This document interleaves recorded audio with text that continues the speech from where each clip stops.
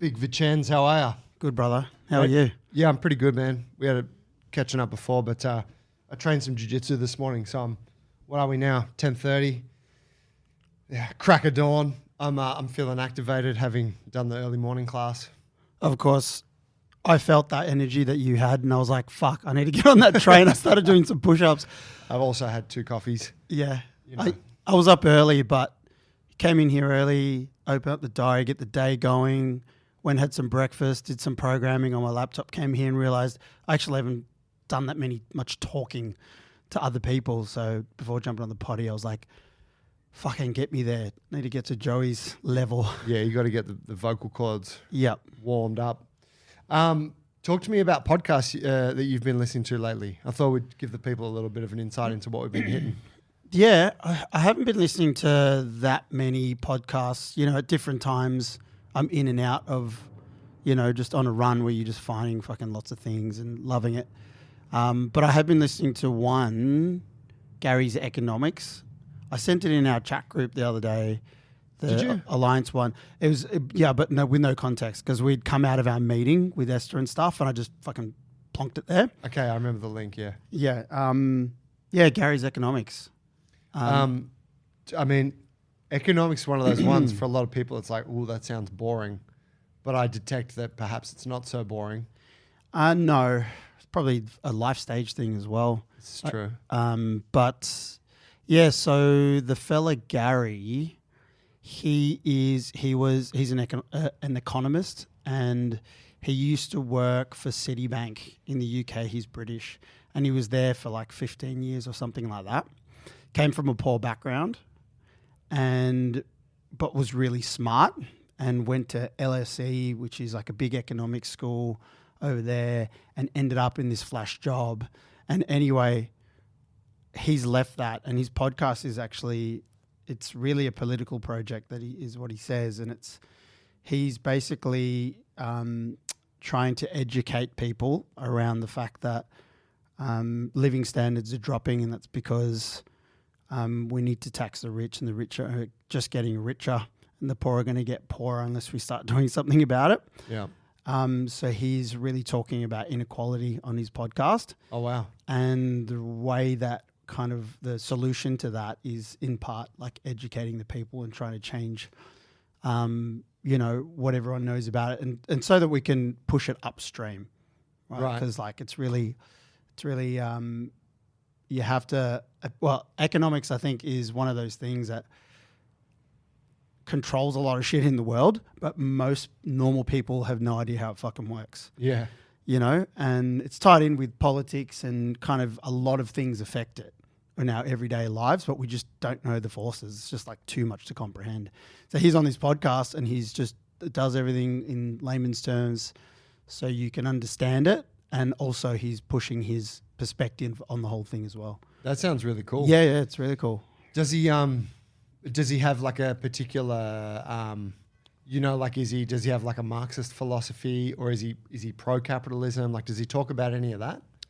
I think that he does. I'm only a few episodes in. The algorithm just fed it to me, and then I've gone back and started listening to. He's gone and made a 1 to 4 part series about his podcast. It's actually pretty smart. He recognizes that for some podcasts, you just jump in the middle of wherever they are, and you just start listening to episodes. Yeah. And so he's gone back and he made like a short series, which is basically, hey, if you've just gotten to this podcast, this is the perspective, and these are all of the things that you should know. That's, understand these theories, and this is kind of where I'm coming from. That's cool. Yeah, so I'm only kind of through that. But he's very much there for social welfare. And so inequality is at the core of his message. And basically what did he do? He went into the fucking floor, the stock markets, and working for Citibank, and he made lots of money because, they all kind of bet on predictions. And his predictions were surrounding his theories on inequality. And basically he just made lots of money and just got everything right for a very long time. based on his theories, and this is basically his theories that he's trying to promote. Oh, wow. So his theories enabled him to make a lot of money on the stock market. Yeah. Yeah, right. And his kind of thing is that, well, he's betting on the collapse of society. Yeah. And he's not okay with that. So when he has kids and, he says, I got really rich betting on the collapse of society. And the kids say, this is because of a little clip I saw of him. Kids say, oh, what'd you do about it? It's like, yeah, you're right. Like he wants to do something about it. So, he's coming from that place. Yeah, wow. It's pretty interesting. I recommend it. Yeah, I definitely recommend it. That sounds up my alley for sure. I'm trying to think of a way to make a case for people to have an interest in listening, because obviously the people that are interested in economics will be like, yeah, cool, I'll check it out. But most people will be like, oh, that sounds so boring. No, I can make it relevant because this is why he explains, and let me try, because I grew up without any knowledge of how those sorts of forces work, no financial fucking education whatsoever. I wish I had. So I'm definitely... Because money is the root of all evil. That's right. And so, I'm definitely the target for him. Like I had no one to kind of bring me up. I had no parents who had money, who went to university, who had businesses. Like I don't have that. So where it's relevant for the normal person is that, and it's a bit grim because of the perspective. It's the rich is getting richer and the poor is kind of getting poorer. And so even if you work hard and there's this idea that if you just put your head down and work really hard, you do the right things, make the right decisions, save up, make a house, get a house for your kids. He's saying the way that things are rigged up at the moment is that's not even going to matter. At the moment, the way it's sliding, at a time that was true, like say our parents' generation, but the way that things are going now, you're going to end up, even if you buy a house and you acquire that asset, which is really the banks, and maybe you pay it off, by the time you hit retirement age, you're going to have to use all those funds for you to retire on anyway. And you literally plots out how that happens. And you basically end up with about the same as what you had when you started. Like you're going to zero out. Go back to zero. Yeah. And basically he's promoting class awareness. Depressing. And so we're like in the lower to kind of middle class now, I would say I'm at. I don't know how they really rate those, and the middle class is kind of big at the moment, and then you've got like the ultra rich 5 to 1% at the top, and he's saying we need to tax them more because at the moment the way that it's going, the middle class is going to continue shrinking. They're going to keep getting richer and richer, and then what happens is they end up, you think that they don't care about the things that you care about, but it ends up competing on the things that affect you every day, and house prices are the ones is such things. Right. So it's going to be harder and harder to afford a house. It already is, and that's just going to be harder and become harder and harder. Yeah, and they predict they're going to double again in the next 5 or 10 years, don't they? At least here in Sydney. So people who have managed to potentially own their houses, and our parents who bought houses, and we know like that whole story where it's like, they had a very, was a milkman and managed to save money, be living on one wage with 4 kids and bought a house. Yeah. We might end up having to sell those in order to survive at some point. And we could end up looking like a different, country like in South America or something like that where there's the middle class is kind of going. Yeah. You got lower and upper. Yep. And, the poorer are just going to increase. Yeah. So it's just basically cost of living and services are just going to keep going up. Yeah, fuck, it's depressing. And yeah, depressing reality.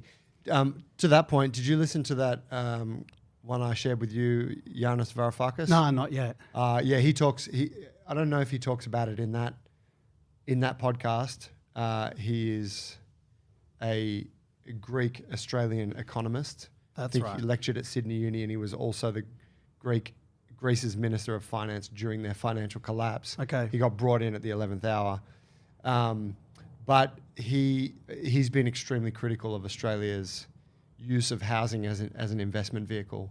And he's like, that will bring the Australian economy undone. And that's, and you think about it, right? Like that it's always been the thing. It's like, get a house and you'll be sorted. And it was for so long, you know, like for our parents' generation, if you could get a house, you were sorted, right? If you lived through this property boom and your house became worth so much money, you build up this nest egg, like, you know, whatever, almost overnight. But it's come to an end. And yeah, but it's still the primary investment vehicle for all of us. Yeah. Like, fuck, got to get a house. There's other things that can be invested in, right? But yeah, we still incentivize that so much here. Yeah. Well, it's I guess it's the physical assets that are the safest ones, I think, that are the surest ones. You know, because there's a lot of tech and stuff going around right now, but like any of that could collapse at any point. Whereas land is land and gold is gold. Yeah, I think it's that. And I think, I mean, I don't know how that stuff works, but I think like that's fine, right? Yeah, like bricks and mortar are always going to be like a sound investment, you could say, because it is a physical piece of property.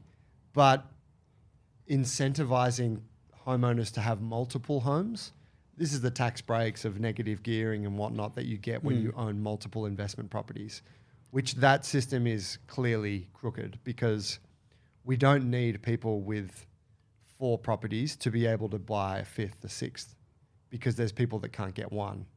So it should be the case of like, yeah, we'll help you to get one. Yeah. But fucking that's enough, you know? I mean, you know, like it just, yeah. And it's interesting talking about that class thing because you have your mentality, right? Like I have a working class mentality because that's what my parents gave me. Yep. But my parents are property owners and I'm a property owner. And inherently, I will selfishly want things that are going to make it easier for me to own more property because I'm trying to get ahead. Yeah. So whether or not that makes me actually in a different class, I don't know how you would separate the two, but you become your own worst enemy because you're like, yeah, that's fucking unfair. It shouldn't be that way. But fuck yeah, let's get another house. Like, do you know what I mean? Yeah. Like because that's what the system sort of encourages you to do.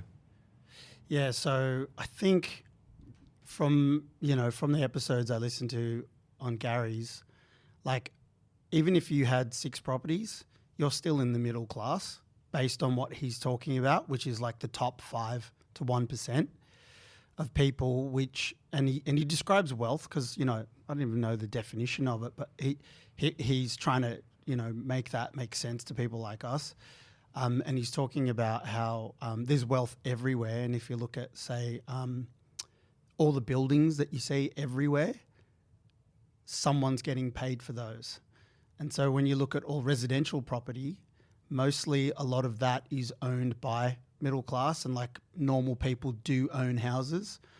But then you look at all the commercial properties and when you look at those are like, you know, where the really rich people own.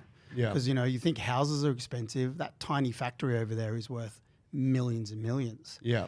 Not to mention that massive factory, which also has 2,000 employees that pump out all of these exports and blah, blah, blah. And so there's like a level of mega money out there. Yeah. And there's actually lots of people who are really rich in the 5-6%, and then there's the 1%.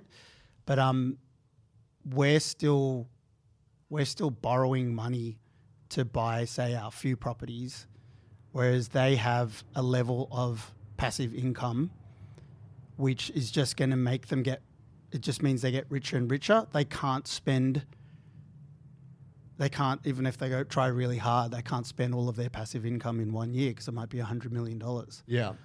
Of just passive income. And it just grows exponentially. Yep. And so they also want to just keep buying stuff as well because that's just what you do. But what they buy ends up changing, and that's what kind of affects markets a lot and affects costs of living and stuff like that, because they'd end up scooping stuff around in your neighborhood that affects the prices and renters to buy a fucking simple home, because they're just buying more and more shit, just accruing more and more wealth. Yeah, wow. Yeah, that's a really fascinating point. I do often you sometimes think about that when you drive through the city. Yeah. And you're like, fuck, someone paid for that to be built and someone owns that. Yeah, that's right. Or, you know, or whatever collective owner. But yeah, it's, and then, people are extracting rent from that. And everywhere you pay $1 for anything, service or anything, there's always part of that dollar going to a wealthy person of that ilk. Like whether it's food or whatever it is, someone's paying rent to someone who owns that piece of land or in that building. And that's part of your dollar that I just spent over here is going to someone that's mega rich.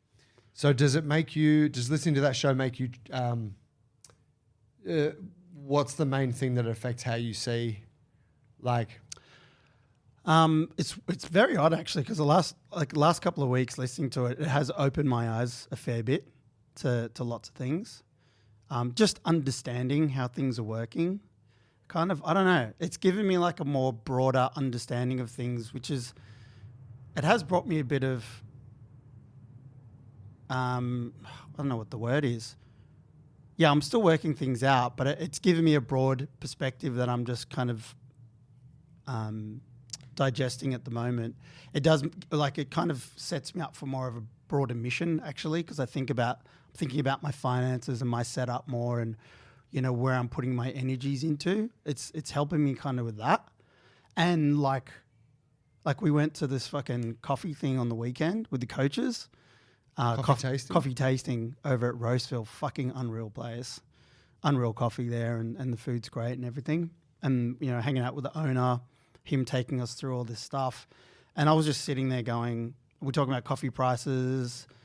Crystal was asking about cups of coffee, like, because I don't know if you noticed, the price of coffee just went up big time. Yeah, I have actually. Yeah, and he said, yeah, ours just went up like 50% a cup takeaway and $1 if you're having it in, which is quite a big jump. Wow. Coffees are like $5 now, it's like a single shot one. Yeah. It's more for a double shot. I had a $6.50 fucking double shot coffee at Birkenhead Point the other day. Boom, boom.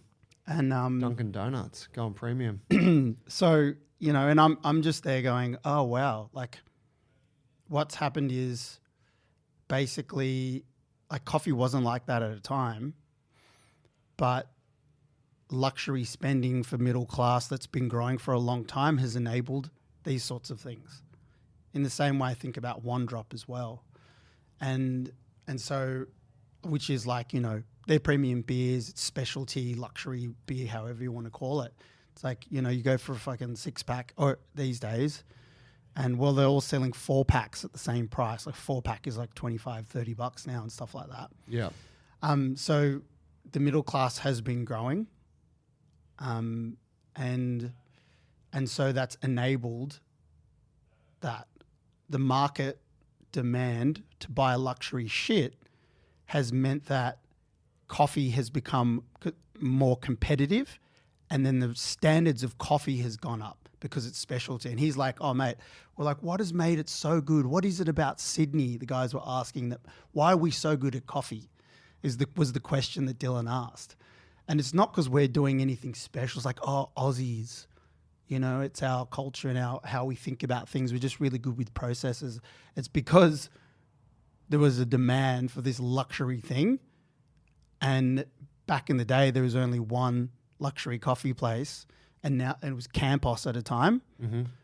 And that was only like 20 years ago. And now look at it. So the fact that there's a demand has driven the standard of that. Yeah, like the competition has driven the standard up Campos, higher. I used to line up down the street for Campos. Yeah. And they just held firm. That's the only place in the inner west you get this sick coffee, amazing experience. Some years later, they finally decided to start stocking at other places. They did a really good job, by the way, to have been the first and still be as dominant as they are. And now, you know, a lot of coffee people see that Campos is, I don't know, for lack of a better term, sold out, but also pay homage to the fact that they were there at the very beginning. Yeah. But yeah, so more and more competition came as the demand was there for more and more coffee. People want more fucking coffee, mad coffee everywhere, every corner. Yeah. Now Sydney wide. So then, yeah, it did get better. And that's kind of one of the charms, of capitalism, I guess. It's like the market demands. And now we're really good at coffee. Coffee prices are going up everywhere in the world. but then you've got this finite resource as well. So he was talking about like the cost of coffee. So, I think that what happens at the top there is like something to do with there's only so much coffee you can fucking grow because it's like wine. You only have one harvest. So, farms are expanding over in South America and farmers Ethiopia, are getting rich, putting their prices up. And there's a whole thing going on with the beans and stuff like that. That is like a competitive market at the moment. Yeah, you got all these Westerners descending on like Indonesia and shit to buy or Central America, whatever, to buy the beans. That's obviously driving those prices up. Yeah. Comes back, the beans are now fetching, the coffee's fetching a higher price. And even what the demand is on the pallet here in Sydney or around the world ends up affecting how the farmers process it. Because he was going through the processes, and basically when a taste gets kind of trendy and we're liking this and that, eventually that feedback loop will go back to the farmers. Because basically you buy whatever the farmers are doing. They're doing a wash variety, they're doing this varietal fucking mix or whatever. And anyway, it was just like that whole conversation about it, and just thinking about what I was learning with the economics podcast was just like, I was starting to understand how this all works. And I'm like, wow, this whole coffee scene is just part of this fucking big thing. Eventually, I think that there will be a ceiling to all of it. Like, I don't know if it's going to burst in a bubble, but it can only go so far. Well, with coffee specifically, or just spending on luxury items?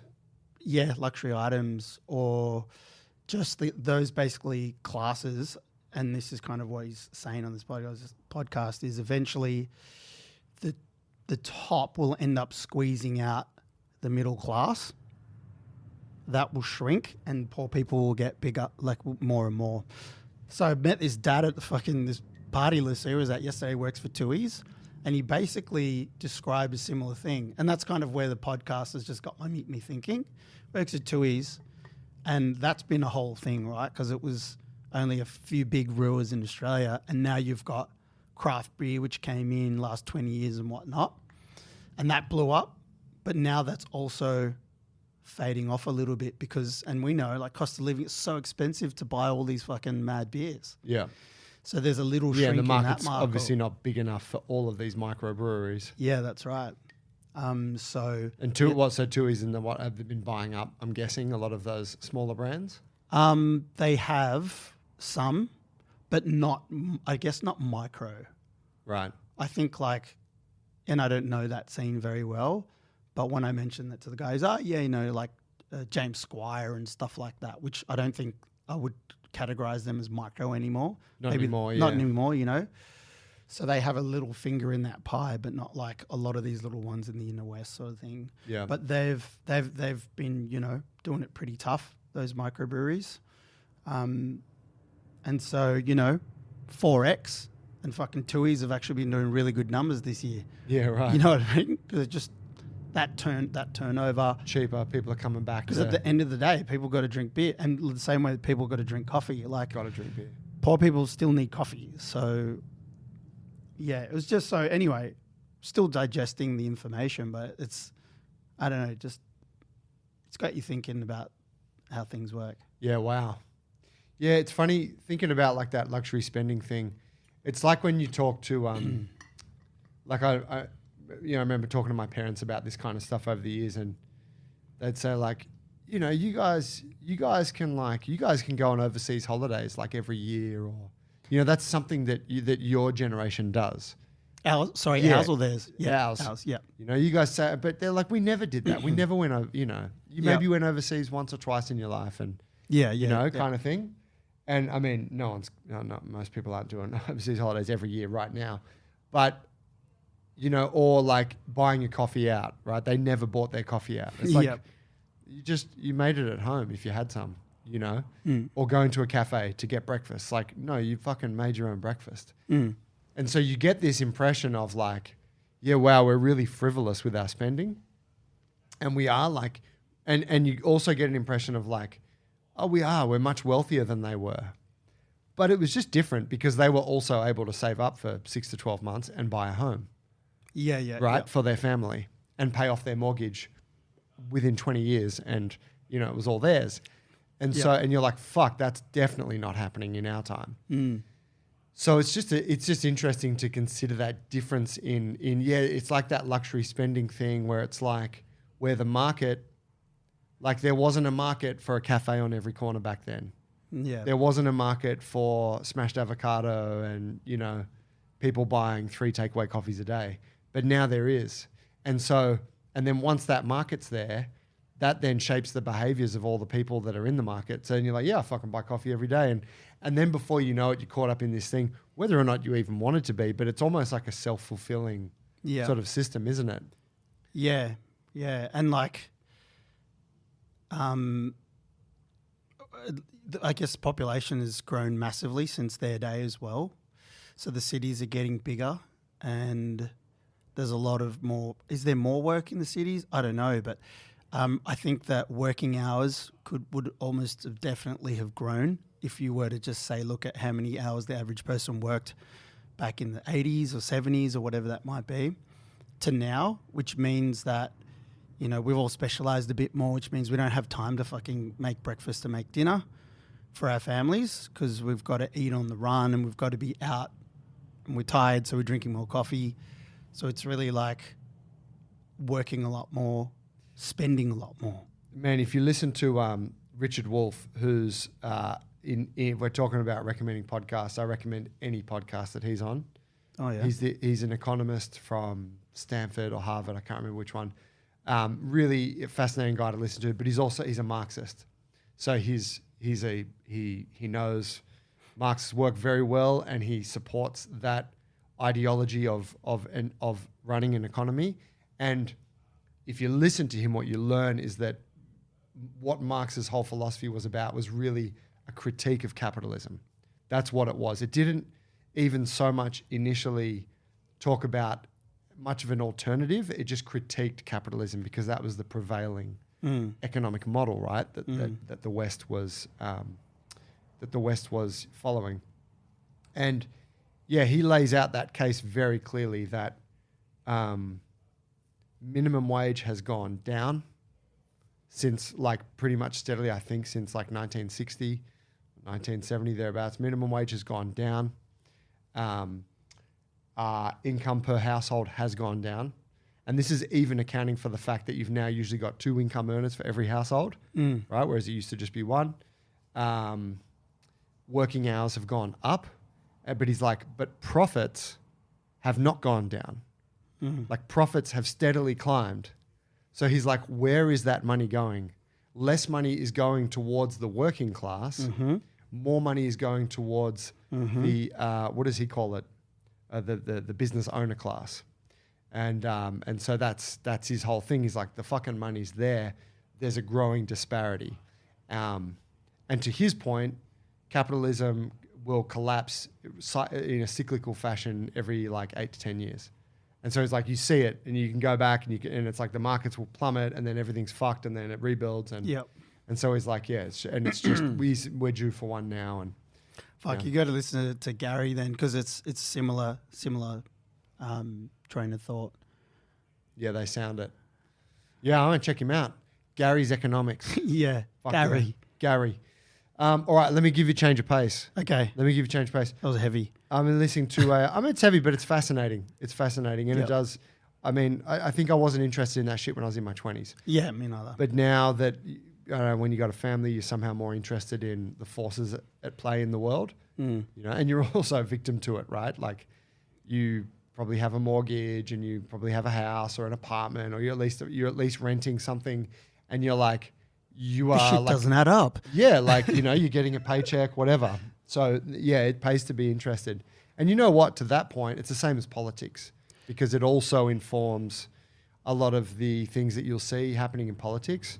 And I mean, fuck me, if you look at America right now, like the thing that I see that's happening there, like is that the ruling class, like this elite class, have just totally taken over. And sure, it was probably some kind of elite ruling class before, but this is the fucking real ruling class. Like when you see Zuckerberg and Bezos and Musk, like the richest people in America are sitting there with the president, making moves. It's crazy. It is. It's crazy. It is so like there is nothing covert about it, right? Yep. And the fact that people can have a feeling of like, fuck yeah, they're looking out for me, the little guy. You're like, that is the last motherfucker. Like that is the richest dude on the planet. He does not give a fuck about you. And that's like pretty much main thing I see is where it affects the rich getting richer affects the normal everyday person is because that really rich person is now influencing politics. Because, you know, it's always been lobbying and money going towards, you know, one side or the other. Now you just see that. It's in plain daylight. They are buying influence and affecting markets and how everything works in their fucking favor. And that's going to affect the person, like, you know, us. Yeah. Or them, you know, in the States and everyone. But yeah, I mean, the fact that, like, they go, like, America's fucking mission to you, like, Musk trying to influence the German election, Vance going over there, basically them trying to get a right-wing government to be the prevailing. And, I mean, credit to the European leaders that are like, no, we've seen what happens when far-right groups get into power and we won't let that shit happen again. Yep. You're like, fuck, like that's really scary, right? Scary. Because they can have this influence, which is why I will not vote for Peter Dutton. Let me be clear on that. But yeah, change of pace.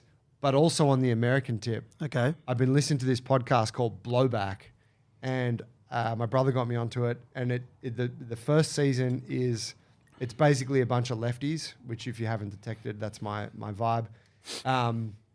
And they are telling the story of the Iraq War when America invaded Iraq. Mm-hmm. And they just tell it detail, and they break it down, and it's a super well edited podcast. And Okay. it's fucking great.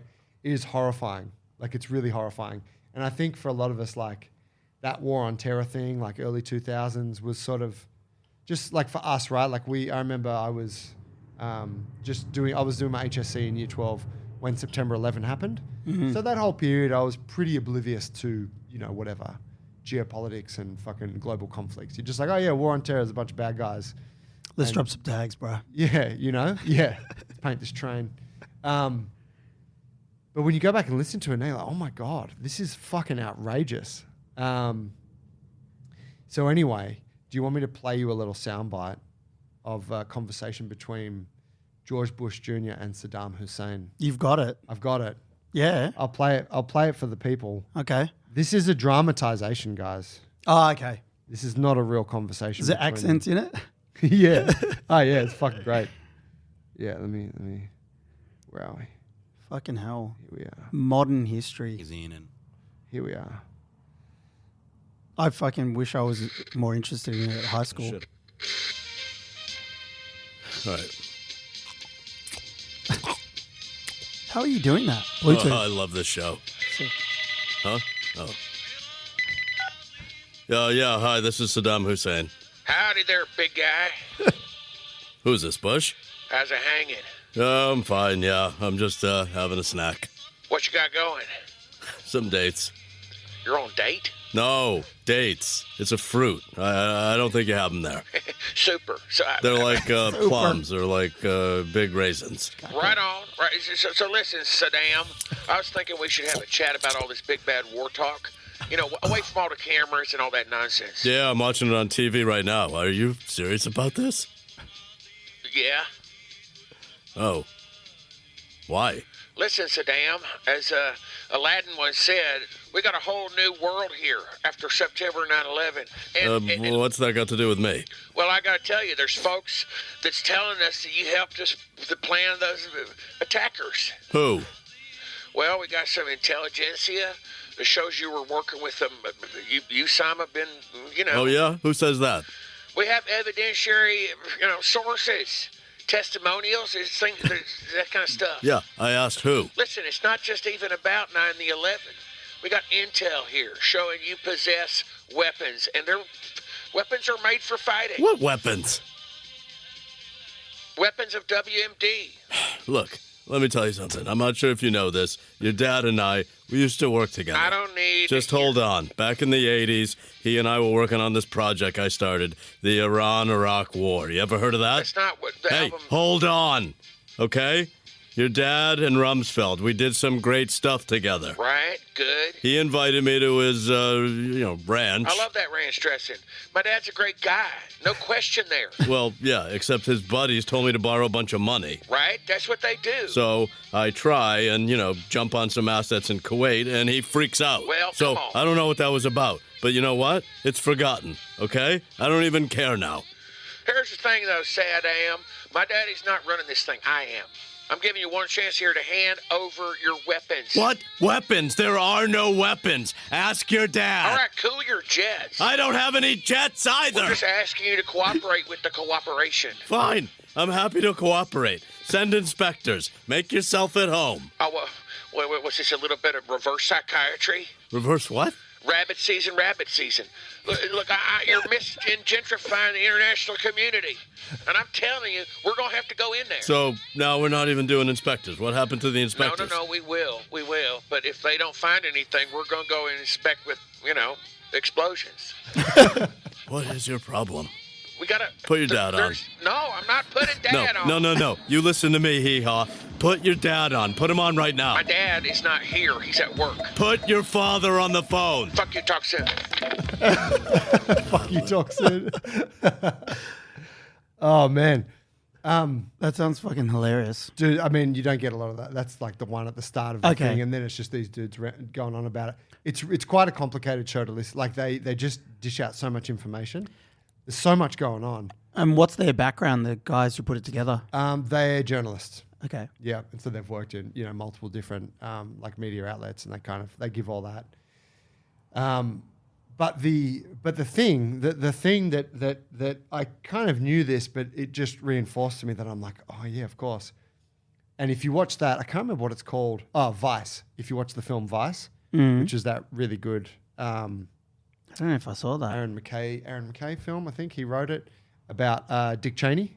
Okay. With Christian Bale. Oh, yes. Yeah. I haven't seen it. Excellent. Like, it's a fucking great film. And it's a wild story. But the thing that I forgot, right, and this is, apologies to any Americans listening because they might know this story better than me. But when September 11 happened, it was known or thought to be that it was Al-Qaeda, right, or Osama bin Laden who did that in Afghanistan or from Afghanistan. Mm. But somehow they managed to bring Iraq, a totally separate country, and invade Iraq as a result of this occurrence. And the picture is that Iraq had nothing to do with it. Saddam Hussein, not a good guy, right? But America had been in bed with him for many years, Before. doing a whole bunch of other shit in the Middle East, because fucking America does. And so they just then turned on him, and they managed to convince the whole world, the public, hey, Iraq had a hand in this 9/11 thing, so we're going in. And everyone was like, oh yeah, war on terror, weapons of mass destruction, like, makes sense. And, I think a million people dead, a million Iraqis dead. Fuck. Probably hundreds, I don't know how many of Americans, but, Yeah, tens, that all hundreds sounds... of thousands, like really horrific stuff, right? Yep. Yeah, and so it details all of that. Yeah, that all sounds very familiar, that story. I'd like to revisit it, though. Yeah, I mean, it kind of, in the background, I'm also thinking about this Russia thing that's going on right now. And I guess these days, I think back at that time and we were young, so we weren't really that paying enough attention to it. But now I want to try to keep more attention on what's going on as it's happening and trying to get a deeper understanding of it. But sometimes it's difficult to keep up with it all. I mean, it is, right? Yeah, it's really difficult. And And you have to battle a lot. You have to sift through it because you're trying to figure out what's true or truer than not. Whereas you have hindsight, I suppose, in 9/11 because, ideas and truths hopefully will stand the test of time and you'll start to hear it now. But it's really fucking tricky at the moment. I mean, I think it always is, right? Like where you get your information and it's so multifaceted too. It's not just a case of like good guy, bad guy. Yep. Because, and so in that way, I appreciate podcasts like that because they are, I mean, these guys say at the outset, they're like, this is a completely non-objective like assessment of like we have very strong biases here that we intend to like layer onto our argument. Yep. But I guess you got to choose your media sources accordingly, and then trying to temper that with maybe okay, what are these guys saying that maybe where are they going to embellish a bit or where are they going to lean too hard? And for something that's already happened, like the war on terror, I guess there's a bunch of media, like there's movies, right? Like that film Vice, which sort of details the story of Dick Cheney's involvement in the whole thing. You couldn't have known that in 2001, but you can now. You can watch that and go, "Holy shit, that's what was going on back then." So like the whole Russia thing, right? It's there's so many parts to that, and we get the Western centric view. Yep. And there's a whole, and Richard Wolff, that economist, actually, he presents often like an Eastern sort of view of that. Interesting. Of how fucking scary the American empire has been to countries like Russia. Yep. And how aggressive they've been. And he's not justifying anything or pointing, but he's just going, don't get it twisted. America has been very aggressive to certain parts of the world for many decades. And so it's only natural that they would have a fear of them versus us just seeing it as these guys are constant aggressors, and we're the good guys. I say we because we're obviously strong allies of America. Yep. Fucking you gotta be careful what you read. And I think of younger people and kids, and my son's just started high school. And I was glad I went to the open days. I went to like these parent-teacher, I can't remember what it's called, but it was a day. He was like 3 weeks into high school, went in there, met the teachers, and you get to sit down with all of the parents of his classmates and stuff and get to know the curriculum a bit better. And they do have critical thinking, basically. And also there's an emphasis on where you get your sources from, and that happens actually. Wycliffe, they do it in primary school as well to a degree because the internet's such a big part of it, and so I'm glad that that's happening there. It's bringing their consciousness to like primary, secondary sources, what's real, what's not, where are you getting this information from. So they do these projects, and they have to consider these factors, and I just think that is so important. I don't know how it's delivered exactly, but I'm just glad that that's part of the conversation ongoing, like from an early age, because it's so important. Yeah, it is. That's cool. On that, do you get to meet, like, do you connect much with the other parents, or is it more just you go in and the teachers tell you their bit and then get the fuck out of there? Yeah, we chatted to some of the parents. He's lucky because he's in this class with 4 or 5 other students from his primary school. So, so we already knew those people. Probably means that we didn't really go out of our way to meet the other parents just yet. But that'll happen as he builds new friend relationships and stuff. We'll probably end up meeting them. But it's a bit different to primary school, I think, just because high school's they're a bit older, and you have, you don't have to take them absolutely everywhere to every birthday party and stuff. Yeah.